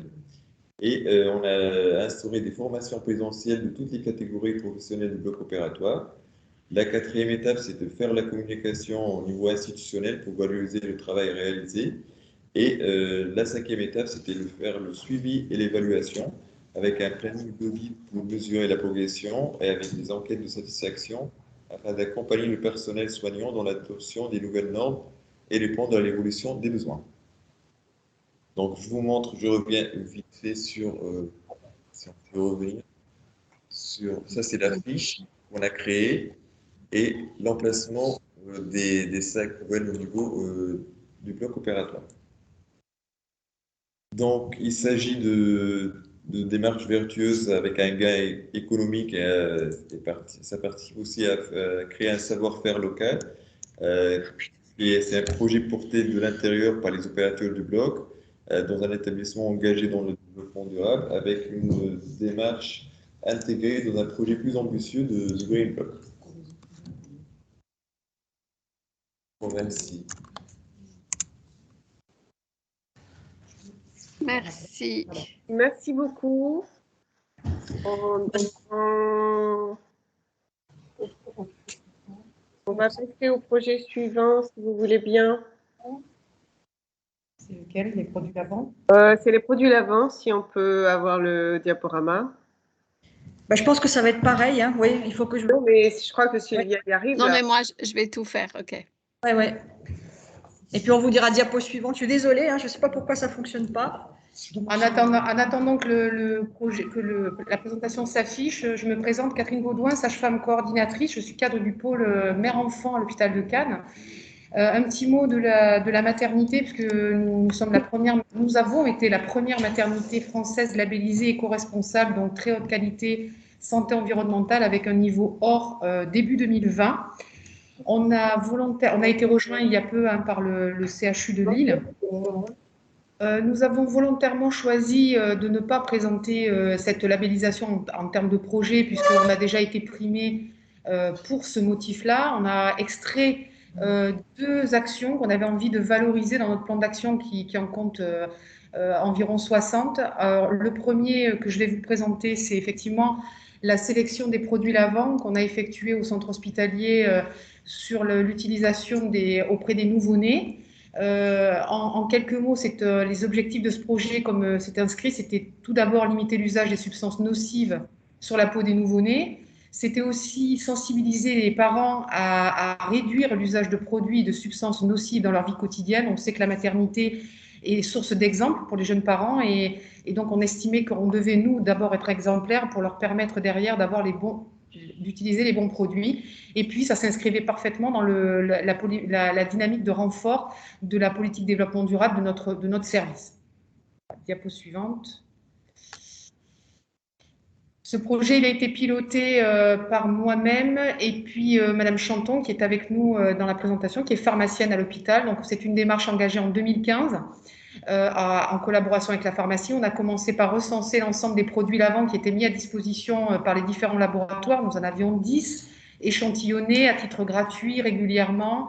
Donc, en fait, des produits sous toutes les formes, toutes les tailles de flacons, certaines en quantité importante, d'autres un peu moins. Bref, on était quand même suffisamment échantillonnés de tous les produits que vous connaissez de parapharmacie. On a dû faire une démarche auprès de chaque fournisseur pour obtenir la composition de leurs produits, ce qui n'a pas été chose facile, car certains ont eu plus de mal que d'autres à nous les livrer. La pharmacienne a procédé à l'analyse de tous les composants. Et ensuite, nous avons donc partagé nos données, maternité, pharmacie. Et dans un premier temps, on a fait le choix de ne maintenir à l'usage que 3 produits en 2017. Ça ne nous a pas empêché de poursuivre, puisque l'idée était de trouver un produit avec un nombre limité de composants, ce qui a été le cas en 2019, puisqu'on a validé à ce moment-là un seul et même unique produit qu'on a mis en place à la maternité et qui a été validé par les experts en développement durable qui nous accompagnaient dans le cadre de la labellisation de la maternité. Donc vous voyez que c'est un projet mis en œuvre entre 2015 et 2019 avec plusieurs étapes, mais en 4 ans. Et la synthèse de tout ça se trouve dans la dernière partie de la présentation. Donc 2015, on part de 10 produits. Si on peut descendre, voilà. 2015, on part de 10 produits. 2019, réduit à 3 produits. À 2019, pardon, réduit à un seul produit. Et derrière, bien sûr, une des actions phares qui nous a permis, entre autres, d'accéder à la labellisation. Ça n'a pas été simple. Alors forcément, ça nous a demandé d'arrêter tous les partenariats qui alimentaient l'établissement de manière gratuite. Ça a nécessité l'achat du produit élu par le centre hospitalier, donc un investissement financier. Mais le bénéfice, c'est que de ce fait, on a un produit utilisé auprès des nouveau-nés qui a une composition neutre et uniquement 4 ingrédients. Et cette démarche, comme je vous disais, a été valorisée dans l'obtention du label en 2020 niveau or. Voilà pour la présentation des produits. Merci beaucoup. La présentation suivante, c'est le développement de l'hypnose thérapeutique. Ou est-ce que vous voulez parler des groupes PAPA tant que vous êtes... vous parlez de la maternité. Alors, je vais laisser Florent Martinez présenter. Je voulais juste dire que les soirées papa, ça change un petit peu des sujets environnementaux. On a choisi d'en valoriser un sur l'axe social et sociétal du développement durable. Parce que là, vraiment, les soirées papa s'inscrivent parfaitement dans cet axe-là. Voilà, je laisse la place à Florent. Bonjour, donc je suis Florent Martinez, un sage-femme de l'hôpital de Cannes. Donc on a eu l'idée de créer le projet des soirées papa en parallèle des cours de parentalité pour la femme, les cours de PPO. Vous pouvez mettre la première diapo? C'est celle-ci. Ah, c'est celle-là. Du coup, on est parti du constat que les pères devenaient pères à partir du moment où il y avait vraiment un désir de grossesse et non pas uniquement à la naissance. Et l'accompagnement jusqu'à maintenant ne se faisait pas réellement parce que les cours de PPO pour les femmes enceintes se trouvaient dans la journée et les parents, les pères étaient rarement présents. Donc on s'est dit qu'il fallait créer vraiment un cours spécial pour eux parce qu'ils veulent de plus en plus s'investir dans la grossesse et dans l'accouchement et que ça pouvait être intéressant de les accompagner de ce point de vue-là.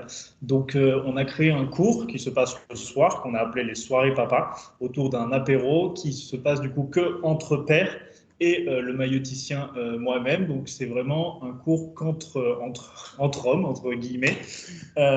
Et ça rentre effectivement, comme l'a dit ma collègue, dans la dynamique du développement durable, dans le pilier social, qui est prendre soin de l'usager. Donc c'est un projet qui a commencé à voir le jour en 2019. Les premières soirées ont eu lieu en 2020. Ça se fait donc du coup au cours d'une animation assez dynamique autour d'un petit apéro jus de fruits et cacahuètes. Ce n'est pas les soirées cannoises, comme on pourrait en avoir le cliché. C'est, on va dire, amené grâce à une construction de support de communication assez décalée, comme vous le voyez sur l'affiche, avec ce papa et ce masque à gaz qui est en train de talquer les fesses de son enfant. Ensuite, dans la pratique, comment ça se déroule? On parle vraiment un petit peu de tout, on brasse assez large, c'est 2-3 heures. On parle vraiment déjà du début avec le désir de former une famille, donc vraiment avant même la grossesse, le désir de vouloir créer une famille, d'intellectualisation de la naissance. Après, on parle de la grossesse, l'accouchement, le travail. On essaye vraiment à chaque fois de replacer le papa dans chaque situation de l'accouchement de travail pour qu'il puisse se positionner, parce que c'est vrai que la plupart du temps, dans la pratique, on voit que les pères ne savent pas trop où se mettre en salle de travail pendant l'accouchement, ils ne savent pas trop comment aider, ils sont très demandeurs de vouloir aider leur femme. Et pour finir, on parle aussi des suites de couches et du retour à domicile. Avec ça, c'est plus autour d'ateliers. Vraiment, on explique les soins, la préparation des biberons, l'allaitement des conseils. On peut parler aussi de la sexualité. On peut être amené à parler de la sexualité, de la reprise de la sexualité après l'accouchement ou même pendant la grossesse. On passe quand même assez large. Le cours est très dynamique. Et honnêtement, les papas sont à chaque fois extrêmement ravis de ces soirées-là. Quand je les recroise en maternité, à chaque fois, ils m'interpellent dans le couloir en me disant que ça avait été génial d'avoir eu ce cours au préalable. Donc voilà, merci beaucoup. Et plus de 100 papas formés. Pardon? Plus de 100 papas formés. Bravo, merci beaucoup. On va parler maintenant de l'hypnose thérapeutique à Cannes. Bonjour, je me présente, je suis Dr Paulus, anesthésiste et accessoirement aussi donc, présidente du CLUS. Et dans ce cadre, avec la cadre de bloc, Madame Macario, nous sommes en train de développer l'hypnose dans l'hôpital de Cannes. Donc voilà, c'est la première diapo. Donc on a deux axes, une formation d'hypnose du personnel avec 2 jours de formation en tout. Et la deuxième axe, c'est justement l'acquisition des casques de réalité virtuelle qu'on puisse utiliser pour presque chaque moment autour d'une soirée de patient on peut imaginer. Déjà en consultation, par exemple, pour les patients qui sont très anxieux ou pour, si on reste avec les femmes enceintes, pour la péridurale qui ne veut peut-être pas une péridurale, mais aussi pour pré-, per- et post-opératoire, donc en mise en place d'une anesthésie locale ou anesthésie régionale ou justement d'une chirurgie sous anesthésie locale. Donc, on peut aussi imaginer dans la chambre pour un changement de pansement, en salle de réveil ou en pré-anesthésie, si un patient attend longtemps contre l'anxiété et tout ça. Donc, il y a beaucoup de programmes là-dedans. Prochaine diapo, s'il vous plaît. Donc là, vous voyez déjà pour les patients, vraiment beaucoup des scènes imaginables pour mettre aussi une chambre implantable. Après, même pour les patients qui reçoivent des chimiothérapies, que ça dure des fois longtemps, etc. Voilà. La deuxième axe, c'est du coup aussi pour le personnel, pour le bien-être du personnel, pour aussi, justement, des fois, ça peut être des stress qu'ils ont vécu ou juste la fatigue. Ou, ça se passe à partir de 10 minutes de temps quand on peut mettre ça. Et comme vous voyez, le plus agréable, bien sûr, c'est sur un fauteuil, comme vous voyez en bas, mais on peut le faire vraiment sur un tabouret. Là, on a fait les derniers jours beaucoup d'essais, aussi d'ailleurs en salle de travail la nuit dernière, etc. Donc, ça marche très bien pour une détente. Tout le monde est ravi, les patients et les soignants. Donc là, on a presque fait le tour, mais ce n'est pas que le social. Donc, il y a aussi environnement et économie là-dedans, parce que pour un patient qui arrive, qui n'est pas du tout douloureux ou beaucoup moins douloureux, je vous sors juste une toute petite étude sur 89 patients avec des syndromes douloureux différents qui a montré qu'il y a une diminution de douleur sur une échelle sur 10 à 45%, et ça pendant et après la séance avec les casques virtuels. Il y a aussi une augmentation du bien-être de 40% également pendant et après la séance avec la réalité virtuelle. Donc ça, c'est comme impact quand même qu'on a moins de médicaments qui sont utilisés, injectables et aussi éventuellement les gaz. Et du coup, avec une réduction des sources réduction des déchets et aussi dans la préservation des réseaux d'eau et d'air. Et pour les casques, un recyclage est aussi en train d'être étudié par les laboratoires. Merci pour votre attention. Merci pour votre présentation. On va terminer avec la présentation du Centre Antoine Lacassagne qui optimise le tri des déchets au bloc opératoire.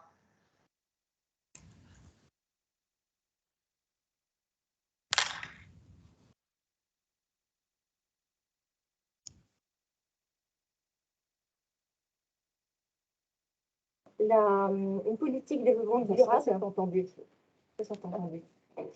Je pense que c'est un peu décalé, donc je vais reprendre. Docteur Isabelle Duguet, médecin formateur et investi dans la qualité de vie au travail, avec Sylvie Thibault, référente développement durable.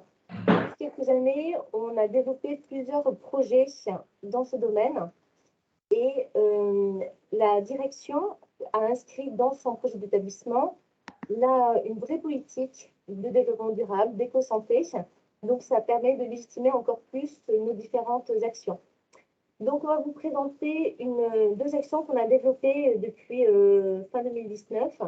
D'abord, un tri sélectif au bloc opératoire, parce que c'était un service pilote qui était déjà très motivé pour certains personnels au niveau des infirmières anesthésistes et de certains anesthésistes. Donc, avec eux, on a commencé à trier, d'abord à faire un inventaire sur ce qui peut être valorisé au niveau des métaux. Donc, pour les métaux, en fait, on a pu valoriser 3 types, les lames de laryngoscope, les pinces de Magil et les câbles bistouri électriques. Ensuite, en 2021, début 2021, on a mis en place une nouvelle filière sur le tri des plastiques pour développer en fait une filière d'emballage ménager recyclable et pour faire diminuer ainsi les dasseries et les déchets ménagers. Donc, on est passé d'abord par une phase d'état des lieux et puis de tests auprès du personnel au niveau de 3 salles de bloc et de la SSPI. Donc, on est parti en fait à partir de différents documents de sensibilisation, notamment cette affiche qui a permis en fait au personnel de bien effectuer le tri entre les dasseries, les déchets ménagers, les emballages ménagers recyclables avec nos fameux sacs transparents pour le plastique. Et puis également au niveau de la salle de désinfection, on avait des bacs spéciaux pour la récupération des métaux. Donc, il y a eu tout un partenariat mis en place avec notamment Veolia et ça a été vraiment un travail très transversal et pluridisciplinaire qui nous a permis, en fait, entre le mois de mai 2021 et le mois de décembre, d'obtenir 6 tonnes de plastique. Donc, ça a permis, en fait, un véritable travail de décarbonation et vraiment un investissement du personnel du bloc. Et ça nous a donné envie, en fait, de déployer aussi cette filière plastique pour 2022 dans les autres services. Donc là, c'est à l'état de projet et on est en train de le mettre en place.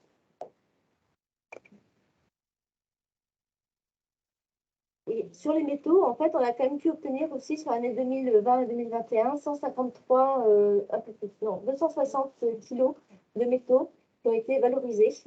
Et ça a permis une économie, une valorisation. On a pu récupérer de l'argent et une économie quand même au niveau des lasseries autour de 320 €. Voilà, donc on agit à la fois sur l'économie, mais aussi sur le côté décarbonation. Et la démarche développement durable, là, a été présentée à la direction générale et on lance vraiment notre politique développement durable. On l'a inscrit dans notre projet d'établissement. Et le fait que la direction générale lance le projet à travers un COPIL institutionnalise la démarche. C'est un message fort à l'ensemble du personnel. Et ça y est, on est parti. On faisait plein de petites choses. Et puis là, ça y est, on a institutionnalisé et toutes les équipes sont à fond dans pas mal de projets. Donc, celui-ci, on en présentera d'autres une prochaine fois. On sent qu'au niveau des mentalités, il y a un vrai potentiel. Oui, plein d'envie. Les gens sont très motivés. Super, super. Merci beaucoup de votre présentation. Merci de toutes vos présentations qui montrent à quel point tous nos personnels de nos établissements sont créatifs et c'est incroyable à quel point aussi j'ai l'impression que ces projets modifient l'ambiance dans les équipes et permet de créer des projets très solidaires et de faire participer beaucoup de personnes. Donc, on va être obligé de conclure assez rapidement, de vous féliciter d'abord pour tous vos projets. Et en fait, je vais lancer dans le chat un questionnaire qui va vous permettre de voter. Bien entendu, un vote par personne, on accepte un seul vote par personne. Et vous recevrez, je vais collégier tout ça, on va se réunir également avec le jury et vous recevrez les résultats de ce petit challenge probablement demain par mail. Et n'hésitez pas Exactement, voilà. C'est ce que je voulais dire, c'est que n'hésitez pas à rester en contact les uns avec les autres et c'est continuer à discuter dans le chat pour éventuellement constituer de nouveaux groupes interétablissements. Et même à l'intérieur des établissements, des fois, les personnes qui s'intéressent au même projet ne se connaissent pas. Je lance le vote. Pour le jury, donc Monsieur Pessot, Madame Winkler, Colette, Béatrice et moi, on a le chat, on se réunit tout de suite après. Sur une autre réunion Teams que vous avez reçue par mail. On se déconnecte et on se reconnecte avec le nouveau lien. Voilà. Ok. Donc voilà Et là, on vote pas. Et nous, on vote pas. Et là, on vote pas, non. Ça va bien marcher. Merci à tous et très bonne soirée et bonne continuation à tous vos projets. Bon, en tout cas, bravo à toutes et à tous pour les beaux projets. Merci beaucoup. Bravo à tous. Et on annoncera un prochain, officiellement, une prochaine session de la CIP, les gagnants de façon officielle. Et puis peut-être qu'une fois en juin, on remettra le chèque. Je vous rappelle qu'il y a un prix à la clé, un vrai prix sonnant et trébuchant. Donc les chèques. Et puis on s'est rendu compte au deuxième. que le sujet est vraiment très motivant par des équipes. Donc, probablement, on refera ce challenge et peut-être avant la fin de l'année, on refera une journée sur ce thème. Merci à tous. Merci. Merci beaucoup. À tout de suite aux autres. Mail. Merci beaucoup. Merci, au revoir. Au revoir. OK pour le partage du bloc. Donc, vous avez tous reçu le questionnaire. Vous le voyez? Ceux qui sont encore là pour pouvoir voter. Oui, mais on doit mettre une note à chaque projet alors? Voilà. OK. Bon, c'est une échelle comme ça. Je ne vois pas le questionnaire, moi. Vous le voyez? Dans le chat. Il ne s'ouvre pas, pourtant il devrait s'ouvrir.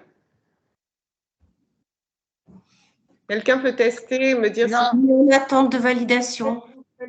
Non, il s'ouvre très bien le questionnaire. J'ai déjà voté. Non, il s'ouvre parfaitement bien le questionnaire. Ok. En tout cas, chez tout le monde. Oui, je vois que j'ai déjà 2 réponses. Ben, moi, je ne l'ai pas, Véronique. C'est Edith. Des fois, il faut copier le lien et, sur un C'est lien ça. URL. Ça marche en copiant-collant ailleurs parce qu'en cliquant directement dessus, ça bloque. Ah. Donc, je Et c'est sur le chat?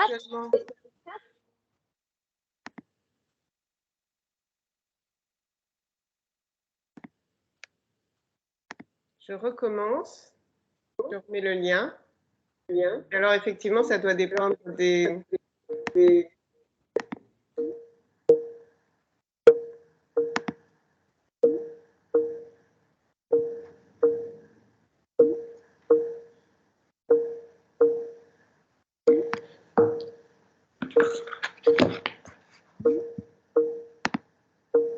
Ah voilà, j'ai 4 réponses, donc je pense que ça marche pour la plupart des personnes.